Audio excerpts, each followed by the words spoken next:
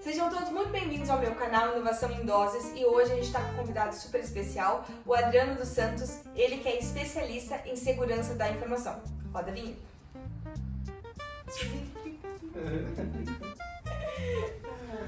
Legal. Tá.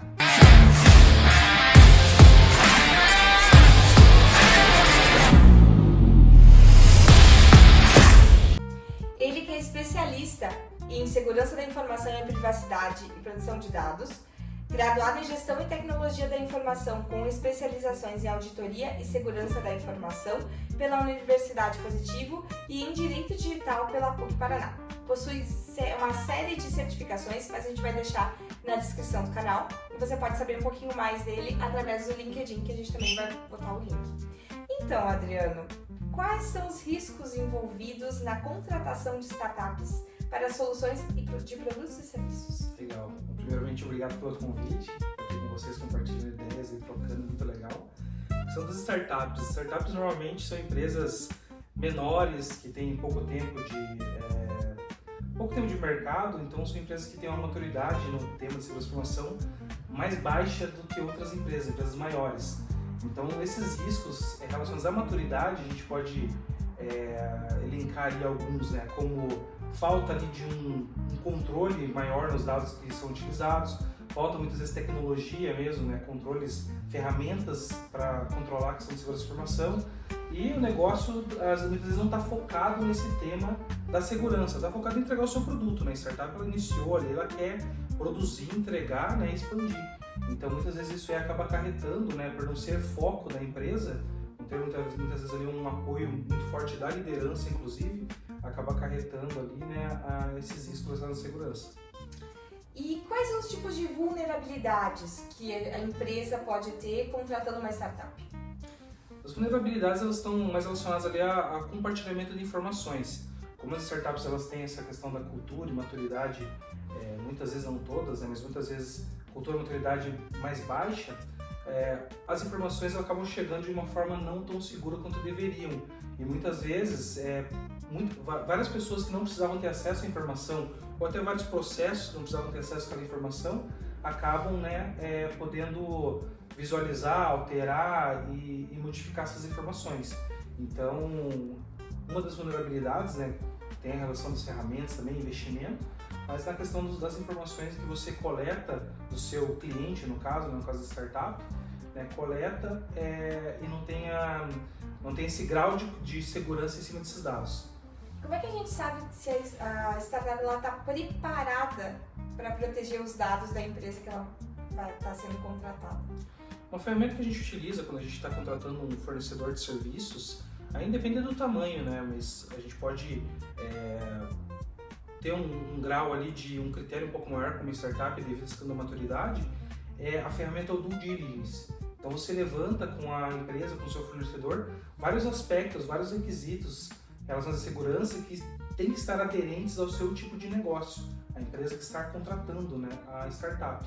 Então você faz esse Due Diligence, que é um assessment, é um questionário, né, onde você coloca ali todas as questões relacionadas à segurança, ao seu negócio, à produção de dados, né, e você faz uma avaliação. Depois das respostas da startup, da empresa, avalia se você tem um grau de risco muito elevado e se vale a pena, né, você, mesmo depois de ter aquelas respostas, avaliar se vale a pena você seguir com o negócio. Então a ferramenta, no caso, é o Due Diligence, que é um assessment, uma pesquisa que a gente faz com, né, a startup ou fornecedor. E Adriano, se eu sou uma pequena, média empresa e eu não tenho um profissional que seja especialista em segurança da informação, como que eu posso ter certeza de que os meus dados eles estão sendo protegidos de uma forma adequada? Como que eu posso? Tem um ritual? Tem uma pessoa que eu posso contratar? Como é que funciona? Não, o ideal é que você tenha realmente, né, alguém que possa dar suporte nesse sentido da segurança da informação. A gente tem várias normas no mercado, né, ISO 27001, 27557 e outras aí, né, a gente fala muito de ISO, mas que são bons direcionadores para você fazer adequação em um processo de segurança da informação, tanto também na contratação. É ideal que você tenha alguém. Se você não tiver, que contrate um consultor especializado, uma consultoria para auxiliar você nesse processo. Porque porque os riscos relacionados à segurança da informação podem levar a ameaças muito grandes ao negócio. Então, o ideal é que você tenha realmente alguém ou contrate alguém especializado para te auxiliar. No entanto, caso você não tenha recurso, Adriano, nesse momento eu não tenho recurso, eu não posso investir nisso agora, né? Eu tô focado em outra questão. A gente tem aí, né, a questão várias na internet, vários assessments, vários exemplos de formulários que você pode utilizar, né, aderentes às ISOs, mas o ideal mesmo é que você olhe para dentro de casa e identifique quais os processos que você tem que são relacionados a essa contratação que você vai fazer, quais os dados que você tem ali, né, que você vai utilizar nesse processo também junto com a startup. E daí, a partir disso, você começa a identificar ali quais são os gaps que eu vou ter de segurança da informação. Será que eu preciso compartilhar tudo isso de dado? Será que eu não posso compartilhar de uma forma diferente, né? Ao invés de enviar, normalmente, copia a planilha, coloca no e-mail e dispara, né? Mas será que eu não posso enviar de uma forma diferente, que seja mais segura, mais aderente a controles, boas práticas de segurança? Acho que nesse sentido você já consegue minimizar e mitigar vários riscos relacionados a esse tema. Você consegue listar pra gente quais são os tipos de dados sensíveis que eu tenho que ter cuidado? A gente tem hoje, né, há um tempo, na verdade, a LGPD aqui no Brasil, temos a GDPR na Europa também, né, que é uma legislação de proteção de dados. A gente tem ali várias classificações de dados. Nós temos dados pessoais, né, que são nome, RG, CPF, qualquer coisa que possa identificar você ou o seu colaborador ou o seu cliente, né, os dados das pessoas que você trabalha. Temos dados pessoais sensíveis, que são ali dados biológicos, dados biométricos, dados relacionados a gênero, a filiação partidária. Dados são dados que podem trazer algum prejuízo para você, uma discriminação, caso sejam revelados. Mas nós temos também, né, além da questão da lei, dados que são estratégicos da empresa. Nós temos dados ali, por exemplo, de produtos que a empresa vai lançar, de como a empresa lida com algumas questões mais críticas. Então são dados que a gente precisa proteger, né? Precisa proteger de uma forma mais efetiva. Nós temos uma ferramenta, não uma ferramenta, uma política que a gente utiliza nas empresas, que é a política de classificação da informação. É um documento onde a gente classifica, coloca quais são os tipos de dados, qual a classificação deles dentro do meu tipo de negócio e como que eu tenho que tratar eles. Esses dados são dados internos, que só podem ser usados dentro da empresa, são dados que eu posso colocar, né, na internet, por exemplo, ou compartilhar com meus fornecedores, meus clientes, aí são dados públicos, e tem aqueles dados que são, né, dados mais restritos, confidenciais, que são dados que podem ser utilizados por muito poucas pessoas. Então é nessa linha de você entender quais os dados que você tem, quais os dados que você utiliza e colocar ali uma classificação para eles, né? O que eu vou fazer, como eu vou fazer, quem que vai poder fazer. Legal. E quais os impactos dessas falhas quando a gente vazou um dado da minha... Eu contratei uma startup, eu contratei um fornecedor e acabou vazando os meus dados. Quais são os impactos que isso pode causar na minha empresa? No primeiro momento, quando você tem, a gente tem alguns exemplos hoje no mercado de ataques, de vazamento. No primeiro momento você prejudica a sua própria operação. Quando você tem, às vezes não tem acesso ao dado que foi bloqueado, você está fazendo ali, né, recuperando essa informação, você impacta a sua operação. Mas a gente tem outros tipos de impactos relacionados aí à imagem da empresa, porque hoje com a LGPD você é obrigado, quando você tem algum vazamento, uma exposição, um uso inadequado de dados pessoais, você é obrigado a notificar a ANPD, que é o órgão que regulamenta a LGPD, e quando você tem um impacto, o titular, no caso o seu cliente, o seu colaborador, né, seus fornecedores vão ter um impacto muito grande com isso, com esse vazamento, você precisa notificá-los também. Então você tem um dano à imagem da empresa, né? Isso acarreta em danos financeiros, né, danos relacionados aí a investimentos, quando você tem algum investidor ou empresas que querem investir no seu negócio, você já não é olhado muito com bons olhos, né? Então tem vários impactos aí relacionados ao dinheiro mesmo, né, impactos financeiros, mas também a operação. Você acaba viabilizando muitas vezes. Que a NPD, daí a gente voltando na questão da lei, ela tem algumas diretrizes na LGPD em que, dependendo do tipo de incidente, do tipo de vazamento que você teve, você pode ter o seu banco de dados, as informações que você trabalha bloqueados. Pode ser temporariamente, para que você resolva o problema, a vulnerabilidade que causou aquilo, ou permanentemente, dependendo da gravidade. Então é algo que, se você é uma empresa que trabalha, por exemplo, com vendas e a NPD bloqueia o uso dessas informações, você fica sem ganhar dinheiro. Então você pode perder o seu negócio. Quando falamos de contratos e prazos de entrega de serviços, o que a gente precisa ter mais atenção? O ideal é que seja feito um acordo entre as partes, né? Você identifique, por exemplo, voltando nas startups, você identifique nessa startup que você está contratando qual a capacidade dela de entregar para você o produto ou o que você está contratando da melhor maneira e o mais rápido possível. Então vocês tenham esse acordo, identifiquem isso previamente e coloquem no contrato.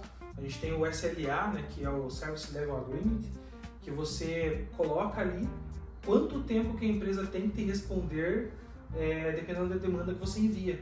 Então isso é um acordo que você coloca no contrato e aquele bordão, né, aquele ditado que sempre fala, combinado não sai caro. Então você combina, coloca no contrato, né? Claro que nada é surreal, você tem que previamente conversar e dentro do processo ali da relação, o contrato é o que vai valer. Como que a gente pode garantir que o serviço prestado ele vai ser feito com total segurança de início até o fim, quando a gente contrata uma startup? Total segurança acaba a gente não conseguindo garantir total segurança, né? Porque existem várias ameaças surgindo todo dia.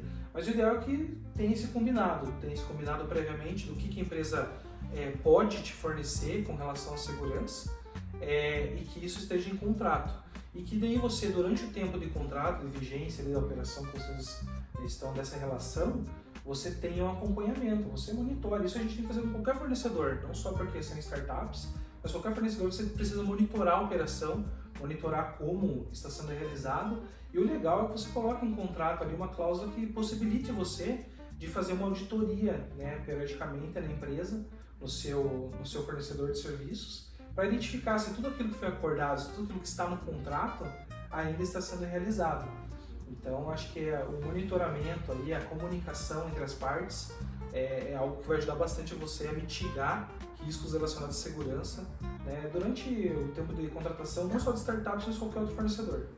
E de quanto em quanto tempo deve ser auditado esse fornecedor? Isso vai depender do volume de dados que vocês utilizam. Volume de dados, quais são os processos que envolvem, né, a transação de informações. Então isso vai depender muito disso, mas o ideal é que você faça no mínimo, uma vez ao ano, uma auditoria, um assessment dentro do seu fornecedor para identificar se tudo que vocês combinaram ainda está sendo realizado, né? Mas de novo, caso você tenha um volume muito grande de dados e você identifique na contratação que você tem riscos relevantes ali relacionados a esse processo, como por exemplo, como a gente falou, quando você tem a utilização, por exemplo, de dados sensíveis, que são dados de saúde, dados ali de gênero, filiação partidária, na LGPD, né, que diz que são dados que podem trazer algum prejuízo ao titular. Então, se você tem uma operação que tem esses tipos de dados, faça com mais frequência. Então, trimestralmente, semestralmente, você avaliar esse processo para ver se ainda está sendo seguro da forma que foi combinado. E de curiosidade, assim, como é que é feita uma auditoria?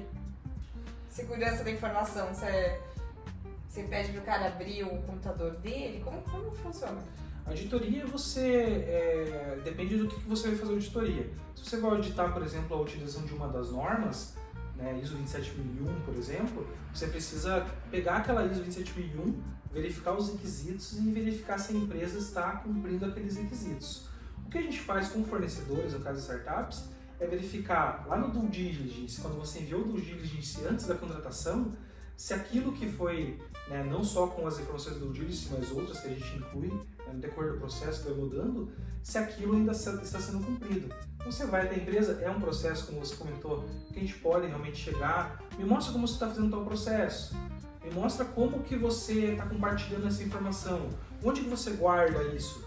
Então a auditoria ela precisa ser baseada em evidências.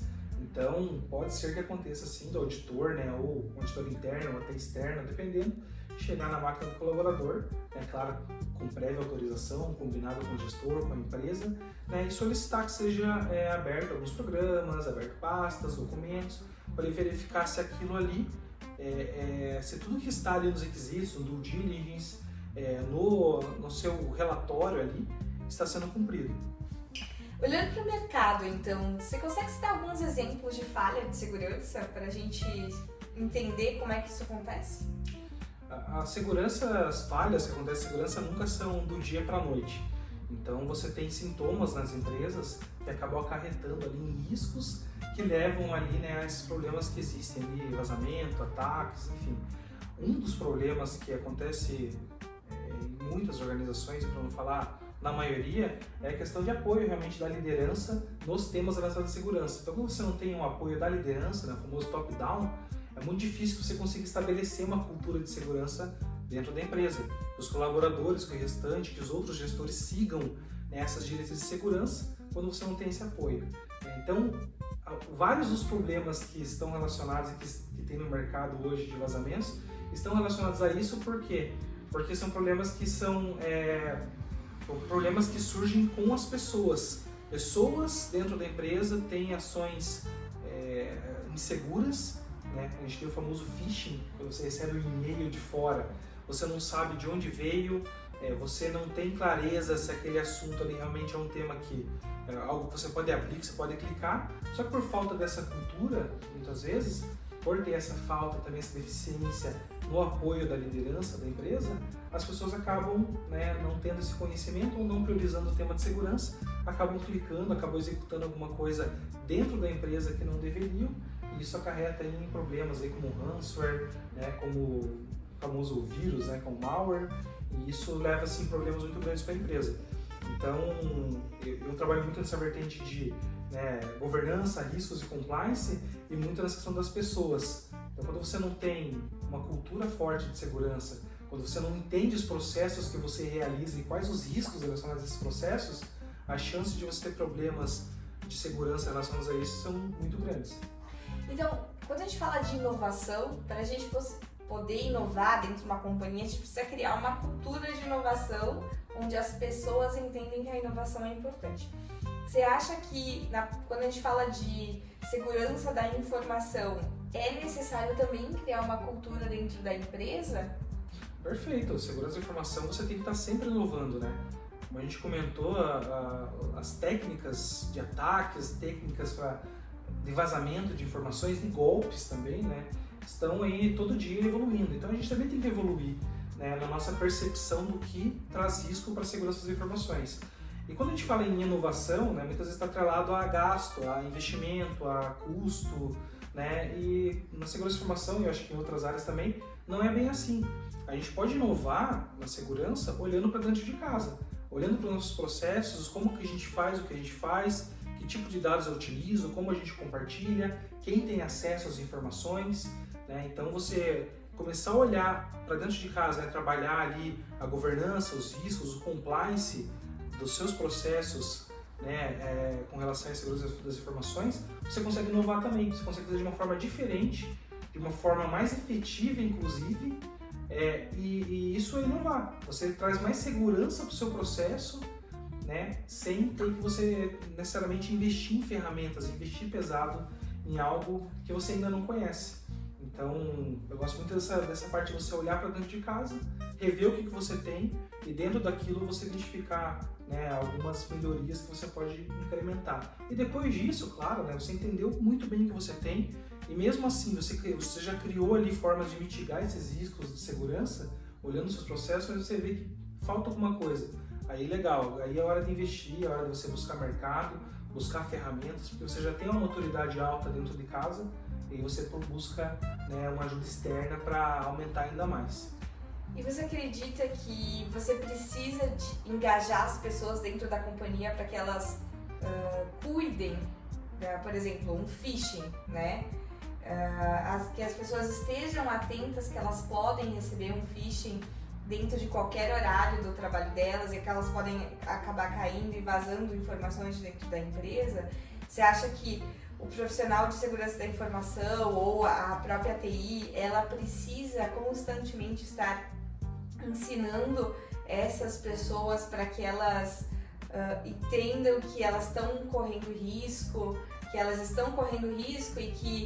elas precisam avaliar tudo aquilo que elas clicam, precisa ter, constantemente ficar lembrando isso, porque eu vejo que as pessoas caem muito, porque assim, você tá ali num treinamento e, beleza, eu não posso clicar em qualquer e-mail que eu ver, mas aí passa um tempo as pessoas acabam esquecendo. Como é que você aborda essa parte de cultura? A gente entende que a segurança precisa estar todos os dias, claro que você não consegue todo dia, né? Por falta de recurso, não precisa dar especificamente para aquilo.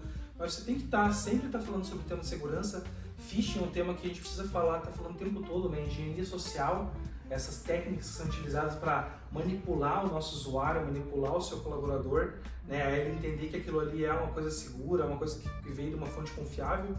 Então a gente precisa estar o tempo todo ensinando, educando, e não necessariamente, como a gente falou, né, investindo em ferramentas, em algo, mas trazendo para o seu colaborador ali treinamentos, divulgando notícias relacionadas aí a ataques, a phishing, no caso, que é um dos principais causadores, né, de vazamentos de dados e ataques que ocorrem, né, que vem de dentro de casa, você recebe de fora, mas alguém de dentro que abre a porta para o bandido entrar, né?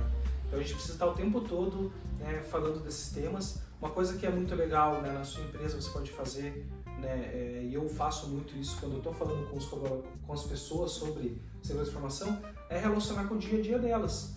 É identificar, porque hoje tudo é digital. Hoje a gente faz, né, a maior parte das nossas obrigações dentro do mundo digital. Então a gente utiliza, né, todo colaborador utiliza o WhatsApp, utiliza internet banking, tem internet em casa, tem às vezes uma TV com uma câmera ali dentro de casa. Então você tentar fazer essa relação com o dia a dia da pessoa que está, do seu colaborador, né, das pessoas que estão escutando ali sobre o tema de segurança, fazer essa relação do dia a dia com o que acontece dentro da empresa. Então a pessoa, quando ela estiver na casa dela, ela vai estar lembrando sobre o tema de segurança e automaticamente vai relacionar com algo que ela faz no dia a dia no trabalho também. Então, assim, né, voltando ali com o que você perguntou, é um tema que a gente precisa estar o tempo todo conversando, educando, trazer novas formas de falar com o nosso colaborador, porque não adianta você mandar aquele panfleto genérico que para todo mundo, né, que não vai resolver para todo mundo, não vai servir para todo mundo. Tem linguagens que vai servir para um público específico, tem outras que se você falar a mesma coisa, ele não vai entender. Então você precisa também inovar na questão da segurança de informação. Você modular o que você vai falar, trazer cases específicos para as áreas. Por exemplo, financeiro leva um assunto específico sobre, né, questão de vazamento de informação, perdas financeiras, quais os dados que são mais críticos na área financeira. Quando for para o RH, falar de segurança de informação, que é bem crítico devido aos dados dos colaboradores, eu tenho que levar um case diferente, uma forma diferente de me comunicar com o RH, porque é uma área diferente. E quando for para a TI, então, falar com o pessoal da TI também sobre segurança da informação, eu tenho que levar cases, trazer assuntos que são relacionados ao dia a dia deles. Porque daí você traz o interesse do seu telespectador, público, né? Entender seu público. É o que eu costumo brincar, né? Ellen conhece, a gente tem que ser muito vendedor também na nossa área de tecnologia, na nossa área de segurança de informação. Você tem que vender realmente o seu produto. O seu produto é o quê? Nesse caso, a conscientização. Engajar a pessoa, fazer ela entender que aquilo ali é muito importante. Aí, como eu disse, não só para o dia a dia corporativo, dia a dia da empresa, mas para o dia a dia também, na vida cotidiana dela. Ela precisa estar atenta. Então, eu acho que é algo que a gente precisa estar investindo, né, o tempo todo, não investindo necessariamente dinheiro, mas tempo realmente, né, em trazer as pessoas para perto desse tema. E tem algumas ferramentas que você indicaria para as pessoas que estão começando a olhar mais para a questão de LGPD, de segurança da informação? Por exemplo, se eu quero começar nessa área, eu posso me especializar primeiro numa ISO, ou eu posso trazer uma ferramenta tecnológica para dentro da empresa.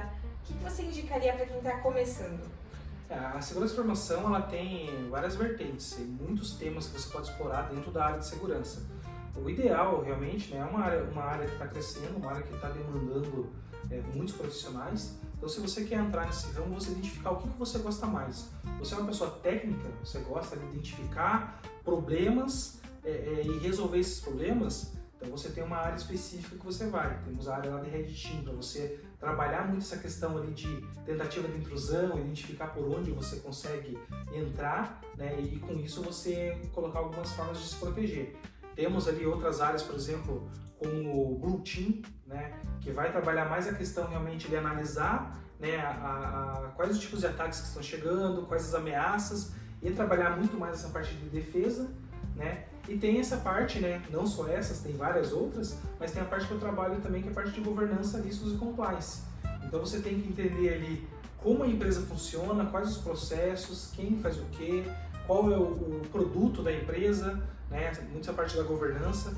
Trabalhar políticas, normas, o pessoal acha que é muito burocrático, né, quando a gente fala de políticas, normas, mas eu tento trazer um viés diferente, que a política de segurança da informação, por exemplo, algo essencial para todas as empresas, né, não é algo para lhe barrar você de fazer o que você precisa fazer, é algo para te dar segurança, para te dar uma segurança de que você está fazendo da forma correta, né, e da forma que vai trazer menos risco para a empresa. Então você trabalhar muito essa questão ali também de políticas, processos, normas, mas nesse viés de que, né, você é uma ferramenta para auxiliar o colaborador, auxiliar a sua empresa, não para bloquear nada ou burocratizar. Então, tentar trabalhar nesse viés, né, a identificação de riscos também, quais os riscos que estão relacionados ao negócio e o que eu posso fazer para mitigar esses riscos, né, ou aceitar se for um risco que não tenha tanta relevância para mim naquele momento, ou eliminar, fazer o meu processo de outra forma que eu não tenha mais aquele risco. Então, trabalhar muito essa questão dos riscos também, identificar os riscos, identificar qual a forma que você vai tratar ele, plano de ação e também quem é o responsável. Também é uma vertente que é de segurança também. E compliance, né? A parte do GRC que eu trabalho, né? Vendendo peixe, é você identificar quais as normas e regulamentações, tanto externas, mas também internas da empresa, como o código de conduta, né? Que tenham impacto na segurança da informação. Então, identificar quais essas normas e regulamentações, né, e políticas também, como a gente falou, com a de conduta da empresa, né, e trabalhar para que a segurança também e os processos da empresa estejam aderentes àquilo. Então, assim, temos também a LGPD, né, a pessoa que trabalha com privacidade e proteção de dados, que é uma área que eu me especializei também. Então, está mais relacionado ali ao compliance, né, a estar aderente com a lei, mas também é muito segurança da informação, né, para você estar aderente com a lei, você tem que aplicar muito a segurança da informação. Então, assim, é muito abrangente, né? É uma área muito abrangente, como tudo na área da tecnologia. Então é você identificar o que você gosta de fazer, se você é mais técnico, se você é mais de processos, se você é mais de pessoas, trabalhar muito a conscientização, né? Você é o cara que vai chegar lá na frente, conversar com todo mundo, falar sobre segurança, conscientizar, educar. Então identificar o que você gosta de fazer e estudar. Estudar muito, tem muitos materiais disponíveis aí na internet, dependendo do tema que você quer se encaixar, né? E estudar e não parar, porque é um tema que está atualizando constantemente o tempo todo. Então não tenha ciência de que entrando nessa área você vai precisar estar sempre se atualizando, né, para você ser relevante no mercado e a empresa que você trabalha também ter medidas de segurança relevantes, né, para proteger o seu negócio. Se eu sou um analista de inovação, por exemplo, e vou fazer meu primeiro contato com uma startup. E quero passar algumas informações, algumas ideias da empresa. O que eu tenho que me precaver? Qual é o documento que eu tenho que mandar para essa startup? Ou não preciso, eu posso abrir as ideias? Como é que funciona? O ideal é você identificar, né, como a gente falou, se você já tem bem claro quais são os seus processos dentro da empresa, quais os tipos de dados que você trata, então identificar, né, num primeiro momento, né, você está numa conversa inicial com essa empresa, está tomando um café lá com o representante da startup. Identificar o que você pode falar, né, para essa empresa, caso você tenha apoio de alguém de segurança, melhor ainda, né, segurança, alguém do jurídico também, que tem o tema da privacidade, que muitas vezes é tratado pelo jurídico, vai te apoiar nisso, mas identificar o que você pode levar de informação que não vai impactar o seu negócio, né, ou seja, informações que não são estratégicas, informações que não vão divulgar nada confidencial, restrito do seu negócio, e o mais importante, né, não mais importante, mas muito importante também, antes de você assinar um contrato, ou pelo menos um NDA, né, um acordo ali de confidencialidade, você não passar nenhuma informação, né, que você possa, né, comprometer a sua operação. No caso, informação de clientes, informações ali, como a gente comentou, informações estratégicas, ideias que são só suas, né, coisas que você quer produzir. Então você ter escolhido o que você vai comentar, né. Então, se eu for passar uma ideia nova, eu tenho que assinar um NDA antes. Muito importante que você faça isso, para que você tenha esse acordo, né, de que o que vocês estão conversando entre as partes não pode ser divulgado, não pode ser dali, né. Como você comentou, você tem uma ideia nova, algo que é só seu, contratou uma startup para desenvolver isso, então é ideal que você tenha realmente esse NDA assinado, para que você tenha ali essa garantia, né, de que não vai ocorrer o uso da sua ideia sem a sua permissão. Adriano, quando a gente fala assim de inovação em segurança da informação, existem algumas ferramentas que você indicaria para organizar isso, ou que facilita o dia a dia, ou que a gente possa estar indicando para o pessoal estudar mais? O que tem de tecnologia dentro de segurança da informação? Eu acho que de inovação, né, para dar um exemplo de ferramenta que pode ser utilizado, fazendo até relação com a parte de conscientização, né, você está precisando mudar o tempo todo a forma como você fala com o seu telespectador. É que sobre cansa, esse tema. né? A pessoa já passa assim, eu sei, né? Eu falo o tempo. tempo todo, eu sei que é um tema que muitas vezes é maçante. Você está falando do phishing, de rede social, do vazamento, do compartilhamento de dados. Então, assim, ferramentas que vêm surgindo aí já há algum tempo, mas que são muito legais e vale a pena o pessoal que está interessado em aumentar a maturidade do tema de segurança do seu negócio, ferramentas de gamificação. Então, você conscientiza as pessoas, mas de uma forma diferente, colocando ela dentro de um jogo. Você dá uma imersão no tema, você coloca ali, muitas vezes, ele recompensas para você, quem atingir maior pontuação lá nos nossos quizzes, nos nossos treinamentos, né, vai receber ao final da temporada, lá no final de 3 meses, lá, por exemplo, recebe um prêmio. Então você acaba engajando as pessoas, né, não só na questão do tema de segurança, mas também que é um jogo. Você consegue gamificar isso daí, né, e deixar de uma forma muito bacana para a pessoa participar e dar aquela vontade de participar. Muitas vezes não só pelo tema de segurança, às vezes a pessoa acha que, pô, de novo isso daí, mas pelo prêmio. E daí nessa trilha de chegar, né, ao prêmio, de ganhar, né, Vai aprender por osmose. Vai aprender por osmose, porque daí o pessoal acaba engajando, pô, e isso é muito bacana, que vai absorvendo esse conhecimento, né, sem querer, né, porque a pessoa quer o prêmio, mas vai absorver isso sem querer e começa a aplicar. Começa a aplicar no dia a dia, começa a divulgar os temas para as pessoas próximas também. Então, um exemplo de ferramenta, né, temos vários outros assim, mas um exemplo de ferramenta, né, as ferramentas de gamificação. Aí você que ficou interessado pode procurar no mercado, aí pode me chamar também, né, eu te dou deixar os contatos todos exemplos de fornecedores, né, pra gente não fazer um merchan de graça, mas tem alguns fornecedores aí que são muito bacanas e podem auxiliar vocês nisso. E tenho certeza que vai engajar o pessoal aí de todas as idades a participar, que é um efeito muito legal aí quando você coloca uma ferramenta dessas empresas. Então, gente, primeiramente eu queria agradecer, Adriano, pela tua presença, porque é um tema que está muito em alta e com certeza vai gerar muitas dúvidas. O pessoal que tiver dúvida, quiser deixar nos comentários, o Adriano responde, eu respondo. Também vou deixar todos os contatos do Adriano no descritivo do vídeo. Então, quem quiser entrar em contato com o Adriano, quem quiser contratar o Adriano também, pode ficar bem à vontade, pode entrar em contato com o Adriano. Pode, né, Adriano? Pode, à vontade. Deve, né? E eu queria também saber de vocês quais são as dificuldades que vocês têm quando vocês vão falar no tema de segurança da informação, quando a gente vai falar sobre LGPD, quais são as dúvidas que vocês têm. Pode deixar nos comentários que a gente vai tentar ajudar e criar um networking aí, um ecossistema todo de inovação para falar seguro para falar sobre isso. Muito obrigada. Não esquece de deixar o seu like, de seguir a gente no canal e de seguir o Adriano também nas redes sociais. E é isso aí. Até mais. Valeu, pessoal. Até. Tchau. Tchau, tchau.